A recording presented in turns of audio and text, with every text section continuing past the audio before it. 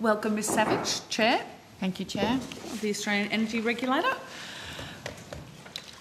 Would you care to make an opening statement? I think we're only listed for 15 minutes, Senator, so we won't take your time. I wouldn't pay any attention to the agenda. Seriously. 5 minutes now, so it's fine. You wouldn't believe the amount of time we spend talking about it and committing to the schedule and then paying absolutely no attention to it when we get there. We thought we would not take up your time with an opening statement on that basis. We have time if you would like to make a few comments. No, that's fine. Thank you, Senator. We'll go directly to Senator Bligh. Fantastic. Thank you. And thank you for coming in today. I'm from South Australia, and given the recent events that have happened in Whyalla with the steelworks there, the state government has walked back its plans for the hydrogen plant that was due to go in. Did AEMO include in its energy projections the hydrogen plant coming online in South Australia? Thank you, Senator, for the question. So the Australian Energy Market Operator is responsible for those projections, and so we're the Australian Energy Regulator, so I'm not quite sure that I know the answer to that question. That might be one that you'll need to address to the Australian Energy Market Operator. Okay. They've been on earlier. They were. You've done it. We've done it. I did. So AEMO is not a Commonwealth entity, so they're not an estimates participant. Yeah, no, that's okay. I'm sure, though, that they can... If you provide ask that. them, they'll give you an answer to Yes, certainly. Yep. They're very accommodating. Yes, no, that's it. Okay. You? Thank you. Going through historically, specifically in retail, looking at hardships, going back historically, year on year. So June 24, do we know, or what's the latest figures you've got? Is it June 24 or is it later than that? No, so the latest figures we would have published would be September 2024. Is it? Can I get the hardship numbers then? You certainly can, Senator. So at the end of September 2024, the hardship numbers as a proportion of all electricity customers was at 1.8%, so that's down from 1.9% in the previous quarter. What was the total number? Total number, let me just grab those for you. So in September 2024, it was 122,445, and in the previous quarter, it had been 131,746. Okay. So that's just customers in a hardship program. Understood. Did you also want the total number of customers with 90-day debt? You can tell me that too. That'd be great. Just while we're here, I may as well on the right give page. you the lot. So again, the last published data we have, which is September 2024, the raw figures, there was 175,685 customers with 90-day debt. And at June 2024, there was 201,988 customers with 90-day debt. Can we go back in June 23, like a year before, just year on year? And then a year before that, it would have been... I've only got the September figures. September, yep. Yeah. So the annual figure at September 2023 was 177,147. Consistent. And what about hardship? Hardship in September 2023 was 104,500. Okay, that's gone up a bit. And what about 22? Yeah. Do you want me to do percents? Because the No, real numbers is fine. That's fine. Okay. Yeah. And so you wanted then September 22? Yep, ta. For hardship? And yeah, both, thanks, yeah. Yeah, so hardship was 78,487. Yep. And then 90-day debt at September 2022 was 154,300. Okay. So... But obviously the total number of customers. Yeah, hardship is someone who's part of a hardship plan or is trying to seek some comfort, salt protection otherwise, isn't it? That's how it's defined. So under the rules, there's two ways. This is why it gets a bit complicated. Yeah, that's under the rules, there's two pathways. So if you are a customer who's experiencing payment difficulty, and that's how your retailer identifies you, you could be entitled to a payment plan. Those customers are included within that category of 90-day debt customers. If you are a customer, though, who is identified as being in hardship, and then you are subject to a retailer's hardship policy. Yep. And those numbers are not included in the 90-day debt numbers. So it's a little bit of a quirk. It's something that we are about to give a report to government to say can we please just have one definition of these things? Right. So that customers are not falling between those two categories. But currently under the law and the rules, there are two pathways there. It was interesting, part of a different inquiry was supermarket where we were talking about hardship in all financial stuff, and there was a categorisation that 90% of people going to financial assistance lines had a catalyst. There was an injury, there was a medical thing, there was something. Is there any examine of your thing? And now that's not the case. Literally people are just finding it tougher. These numbers over the last 3 years have gone up 45,000 people, almost, well, more than 50%, 60-odd%. Is there any examining by anyone of the circumstances people are finding it difficult, going into hardship, getting behind in their payments? Are we examining the reasons? So the data that we collect comes from retailers, and it's literally the raw data that they have. We have done some lived experience work, and we've done some surveys ourselves, those Energy Consumers Australia. I don't have that data to hand, but it wouldn't cover everyone, right? So no, that's right. It would perhaps be a sample rather than comprehensive in that sense. So gone up 50, 60%-ish, but stabilising now? So when I look at it, I'd say from the previous quarter, hardship customer numbers have come down from 1.9% to 1.8%. When we look at the numbers of customers with 90-day debt, that's also come down. So that's come down from 2.9% in the previous quarter to 2.5%. Yep. But there was the $300 rebate, which will have helped in that quarter as well. Senator. Right. Yeah. So we'd have to wait until the rebates end to see what the... Understood. Yeah.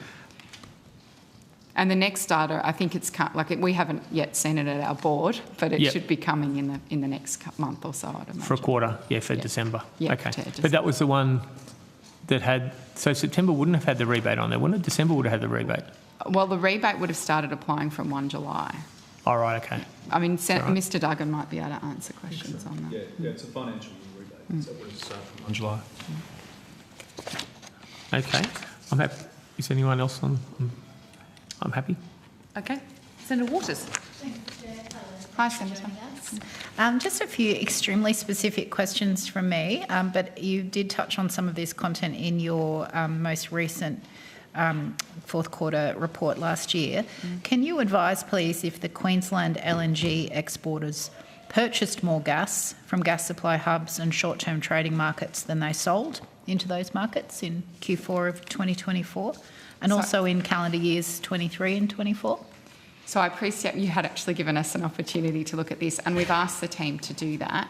And they're going to need a little bit more time to get those specific numbers, because the way we currently report them and look at them includes producers and exporters, and so we just need to strip out for you. So if we can take it on notice, Senator, we can give you the numbers for just the exporters.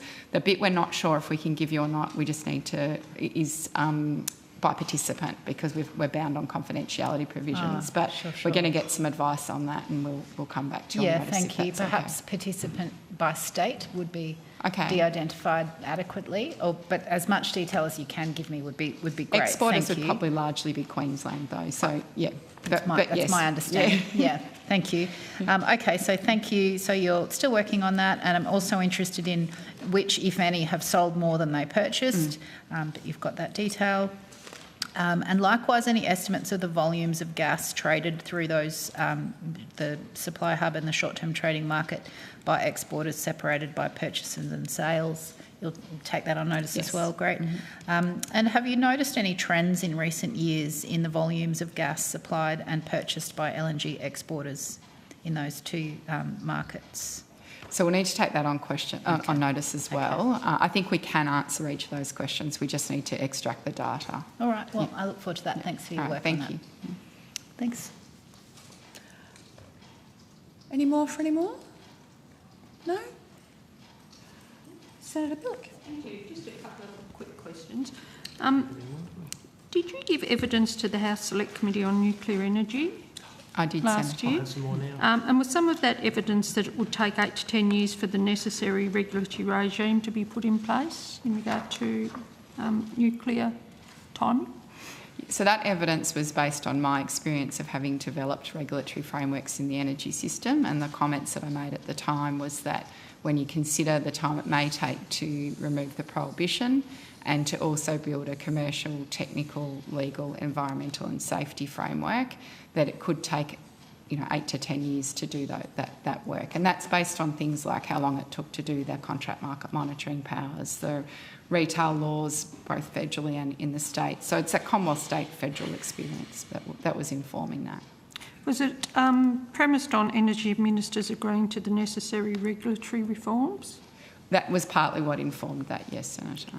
Because I've noticed that numerous states, Queensland, New South Wales, Victoria, have state-level bans on nuclear energy. So how long will it take to deliver the necessary regulatory regime for nuclear energy if the states refuse to cooperate and maintain their current positions opposing nuclear energy? Well, I probably don't have the level of expertise to answer that question, Senator. I think I was just observing that when we've had to develop Commonwealth state frameworks, it has taken that type of time frame to develop. So the National Electricity Retail Law and retail rules took about 10 years, and that was a Commonwealth state framework, regulatory framework. You could presume, though, that it might take longer, couldn't you? I'm not going to speculate on how long it might take. Yes. Okay. Oh, okay. Thanks. That's it, Chair. Thanks.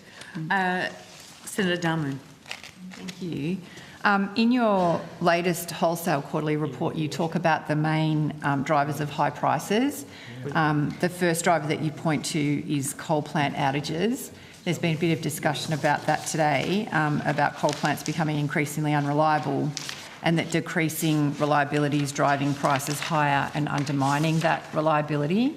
Can you talk about that assertion? Sure. So there was certainly quite a range of factors that contributed to high prices in the last quarter. Coal plant outages were certainly part of it.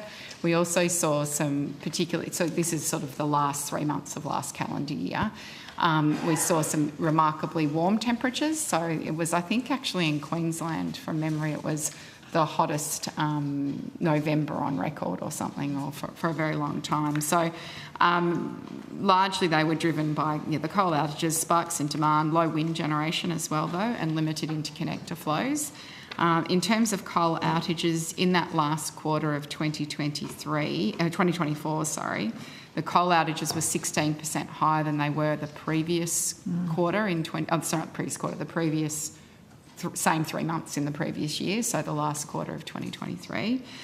New South Wales outages were up about 30% year on year, and gas was up, and Victoria was up about 38%, but Queensland was down slightly by 5%, so that would have reflected the return of the Callide power station as well. Okay. So I guess given the overall trend, what it sounds like in terms of the unreliability going up, is it fair to say that extending the life of these ageing coal plants will likely have negative impacts on prices and reliability into the future? Look, I think when we think about coal and its performance in the market, we've also put out a report late last year on the wholesale electricity market. It's called a wholesale electricity market performance report. And in that report, we were looking at how prices are changing and how the market's functioning during the transition. And we're certainly seeing, and we saw this a bit last year, particularly in May last year, when there are, transmission constraints or network constraints, or there might be other outages, or we might have low wind or solar, the opportunity to lift prices by particularly coal-fired generators, marginal coal-fired generators, is quite significant. And so I think there are a combination of concerns. There are concerns about the way in which the plants are operating and bidding. There are concerns about the way in which the plants are performing in terms of their reliability. We've seen a big shift away from planned outages towards unplanned outages. The challenge with unplanned outages is obviously they're unplanned, so they create quite a lot of volatility in the market. And so what we can see is that forward contract prices are staying quite high as a result, not just of that, but of a number of factors. But Certainly seeing increased levels of unpredictable plant outages is driving higher forward contract prices. So I think there are a number of challenges there, but ensuring that the plant that does stays in a reliable manner is a key issue from the AER's perspective. Yeah.